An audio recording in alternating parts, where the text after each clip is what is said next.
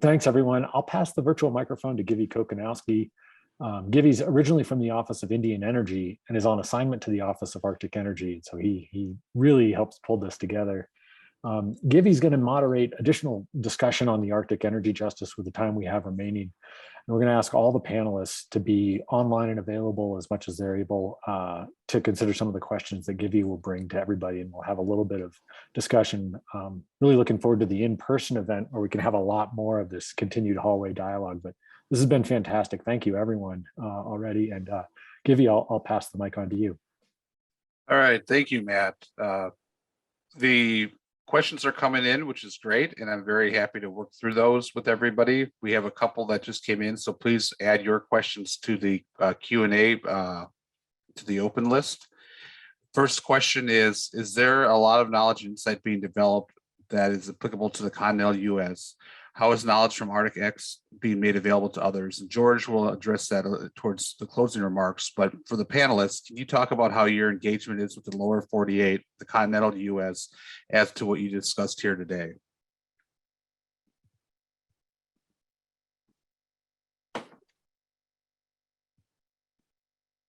Was this for this panel? If so, Yeah. I can take 30 seconds to take a crack at that. So I'm particularly excited about the innovation that is coming out of the Arctic with respect to energy systems that can take in a lot of renewable energy as a portion of the electric or the energy mix. That is where we're going. In general, with the entire grid, it's more and more renewable based and inverter defined electric systems. That is a very hard problem, and I think there is a lot that renewable based microgrids in Alaska and other places have to teach us about that in terms of technology development and controls and so forth. So that's a very explicit goal, is to leverage the work that's being done there in various parts of Alaska to see what we can learn about the interconnected bulk system with respect to that technology. Would anyone else like to comment on that?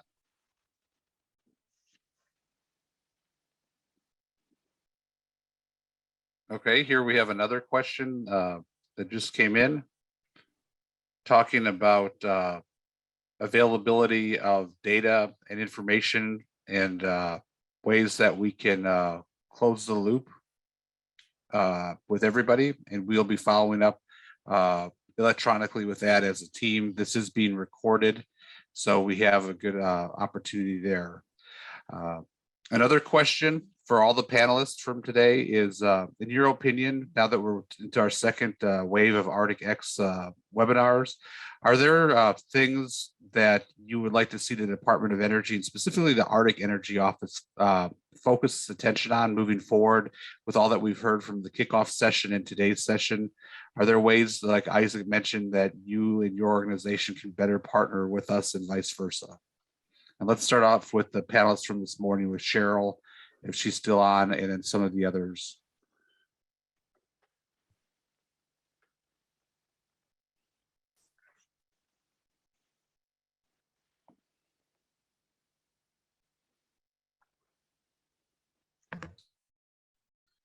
Sunny, did you have a thought? Yeah, this is Sunny. One thing I didn't bring up this morning when I was talking about building our microgrid projects within the villages, an obstacle, a challenge that we have is the broadband. Being able to remote in to troubleshoot some of the problems that we're having with these battery systems and these microcontrollers. Broadband has been a huge issue, and we're making some upgrades, but I see an opportunity there for DOE to participate and see if we can't support these energy systems that we're putting in.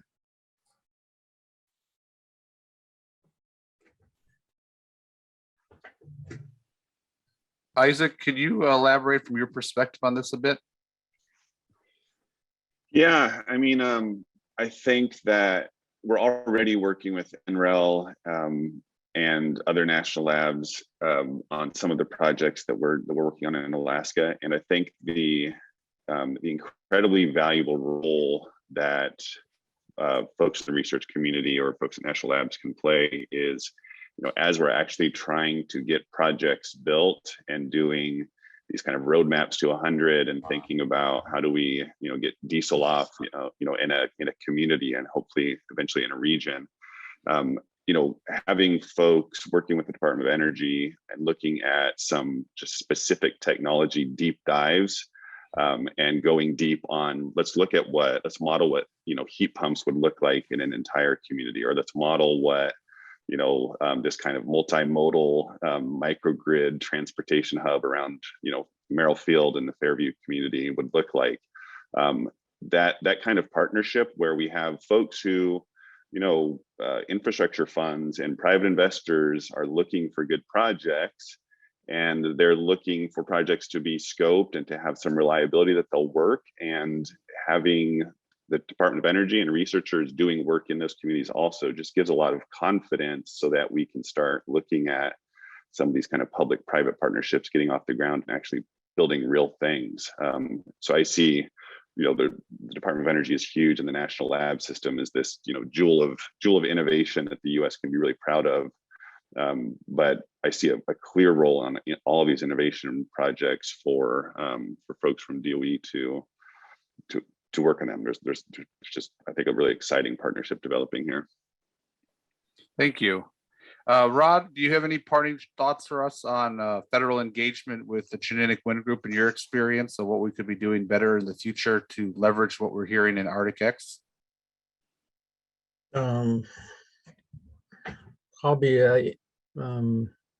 add more wind and solar to our system. One of the things that I discussed with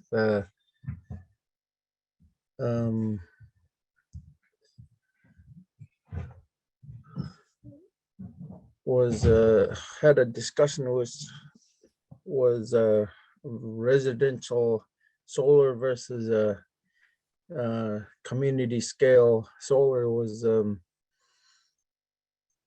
if the solar projects were residential, it will affect our power plant, our phase system, and versus community scale solar. In microgrids here,